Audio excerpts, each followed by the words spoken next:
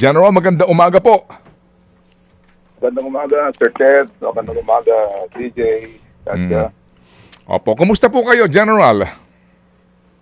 Okay naman po, Sir Ted. Okay naman. Medyo nakapagpahinga ng konti dahil sa hapon namin itulog. Opo. Like, Opo. Pwede ho ba namin malaman muna ano ho ba ang inyong pinagdaanan kahapon nung kayo po ay pinusasan, hinuli po kayo upon arrival po from Thailand para lang ho maintindihan po ng ating mga kababayan? Opo, kinasuhan po kasi ako ng CIDG ng inciting to sedition at inciting to rebellion. Yun naman pong inciting to rebellion ay hindi nag-prosper at hindi ng judge. Ang nag-prosper lamang ay itong inciting to sedition. So, ang problema doon, yung aming inisyon kaagad ako ng ng arrest warrant. At yun nga, because of the arrest warrant, in-issue or sinerve yung arrest warrant na yung kahapon pagdating ko galing airport, galing abroad, dyan sa Terminal 3, kahapon ng umaga, alas 8 ng umaga. Opo. So, dinala ko Go ahead, sir. PIDG sa Kaptame, pinroseso doon, tapos pinarnover ako doon sa judge sa Quezon City Regional Trial Court at nag-post kami ng bail at nag-grant naman po yung bail at nabigyan ulit ng release order ng judge. So, nakapost po ako ng bail na yan. Opo. Inciting to sedition. Opo.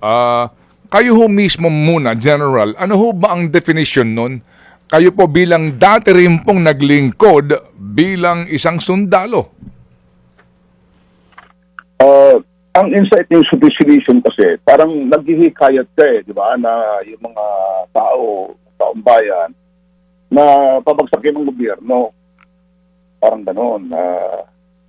Pero doon, hindi ko masyadong i-discuss dito ang detalye, Sir Ted, dahil nakabindi na ito sa korte. Ayaw kong subjudice na tinatawag. So, sasabihin ko lang, yung inciting to sedition ay maghihikayat ka na pabagsakin ng gobyerno. Hindi naman po namin ginagawa yun. Kami naman po ay nagpapahayag ng mga damdamin tulad ng mga karamihan mga Pilipino dito sa matinding korupsyon na nangyayari sa bayan natin. Hindi ho tayo naghihikayat na papagsakin ng gobyerno. Kaya, ang aming punto, go ahead. United People's by non-violent, constitutional, non-partisan. Kaya ko po yung tinanong sa inyo, General, kasi nga kayo po ay inaabot na ho ng retirement age sa AFP at naglingkod nga po kayo, nagserbisyo po kayo, and I'm sure kayo po mismo na sundalo, alam nyo yun, yung definition ng sedition, di ba? Kasi ang kalaban nyo po yung mga elemento na gustong babaksakin ng gobyerno, di ba? Tama po yun. Kaya lumalabas talaga, malinaw na itong mga cases na nail sa akin ay panggigipit lamang, pananakot, panghaharas. Hindi lamang para sa akin, kundi yung mga taong nanonood o nakikinig o naniniwala sa akin para hindi sila mag-protesta. Yun ang objective ng gobyerno dyan. Sorry po, without courting contempt, kasi nga po kanin niyo, meron na pong kaso ito, pinahahanap ko po sa aming mga kasamahan dito sa himpilan, yung actual post ninyo na pinagbasihan ng demanda. Meron ako ditong hawak na post ninyo, ang petsa ay September 23, 2025, bakit kasama na ang Marcos resign sa panawagan ng UPI o United People's Initiative? Opo, dito po, binasa ko ho naman to, medyo mahaba-haba lang siya, pero dito, meron kayo sinasabi, Oo, kaya bago ang malawakang protesta ng September 21, nagpasya kami na isama ang panawagan na Marcos resign. Dahil ang malinaw, walang makikitang malawakang korupsyon kung walang basbas ng Pangulo. Yan po ang inyo po. Paki-share nakalagay dito. Ito ho ba lang yon ang sinasabi pong basihan ng inyong demanda, General? Marami ho yung marami mga post ang pinagbasihan ng CIDG.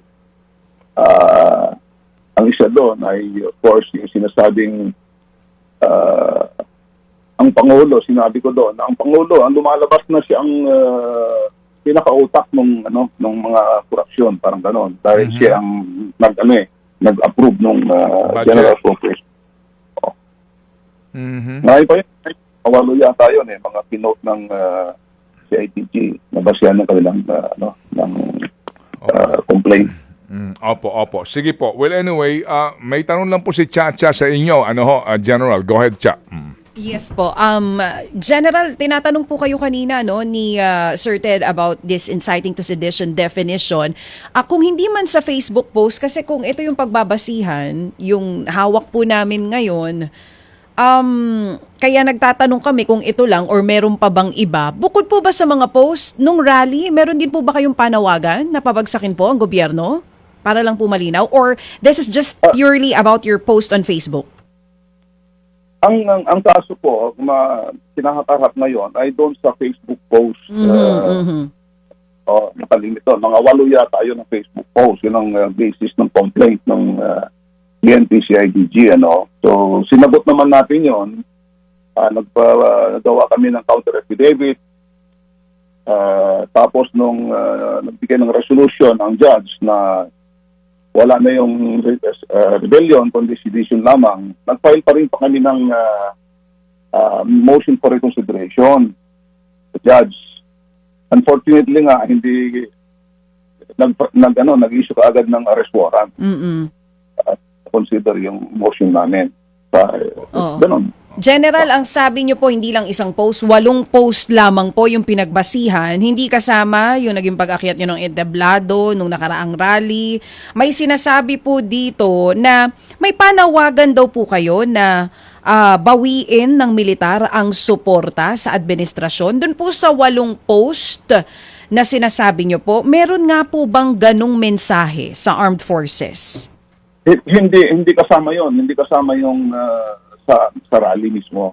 Ang pinagbasihan lamang ng krami nung PNP sa CIDG sa krami ay itong mga Facebook post ko. Opo. Pero dun po sa 8 post na sinasabi nyo, was there ever a post na kayo nga po ay nananawagan na bawiin ng militar ang suporta sa administrasyon? Wala doon. Walang ganon. Walang ganon na night ang CIDG. Oo. Bagamat meron po tayong freedom of expression, naniniwala rin po kami ni Manong Ted dyan, alam naman din po natin, meron po itong legal na limitasyon. Oo. Dati po kayong general. Yes po, sige po.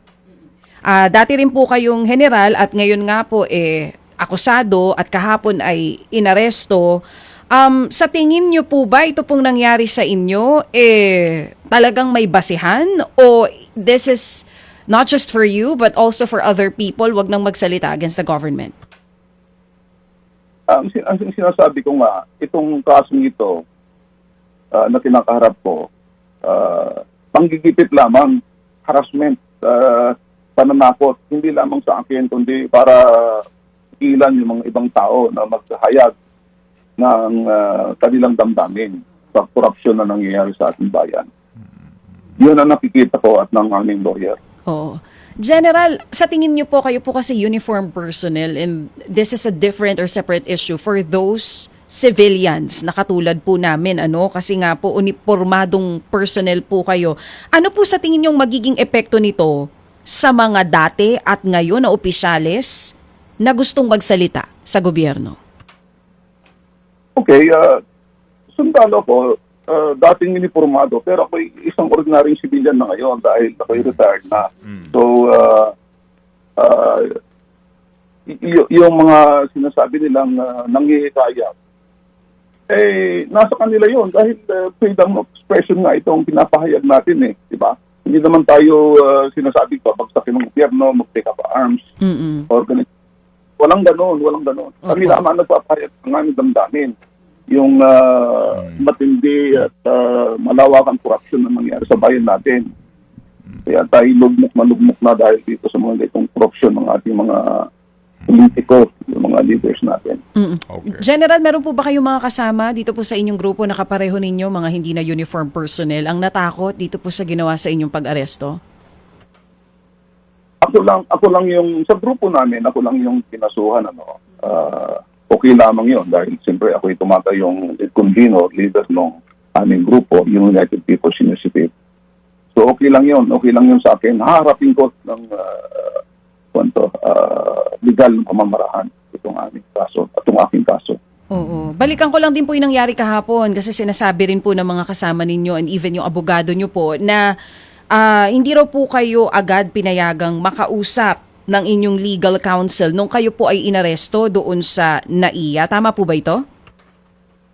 Tama po yun kasi sinalubong po ako ng mga lawyers nag-request sila ng access pass doon para masalubong ako para pagka inaresto ko, kasama sila. Unfortunately, hindi sila binigyan ng access pass. Ngayon, nung lumabas na kami ng terminal doon sa may gate, nandun sila pero may harang. Hindi sila makalapit sa akin. So, sumisigaw yung aming mga lawyers na palapitin sila para makausap ako. Kasi nga, kasama sa aking karapatan, sinasahan ako ng Miranda rights, kasama sa karapatan ko doon sa Miranda rights na yon na ako ay dapat mayroong legal counsel. Opo. Legal advice. Opo. Lalo bibiyahe ako. Opo. Bibiyahe ako dapat kasama yung lawyer ko. Yun nga, kaya umalma yung mga lawyers namin. Bakit hindi sila pinalapit? Pinarang sila. Parang gano'n. Opo, opo. Sige po. So, General, sir, ano ang inyo pong balak gawin dahil po sa pangyayaring ito? Meron ba kayong mga gagawin po na mga public demonstration o ano man po? Sa ngayon, tuloy-tuloy pa rin po yung aming pagpapahayag ng damdamin ng mga corruption na ito. Kasi gusto talaga nating mapanagot yung mga nagnakaw, yung mga mga mandarapong, yung mga naglapastangan sa bayan. Tuloy-tuloy pa rin po yun. Pero alam naman po namin yung hangganan yan, hindi pwedeng yung sedition na yan o rebellion na yan na sinasabi nila. Opo, pero alam niyo ho ba naman na yung dati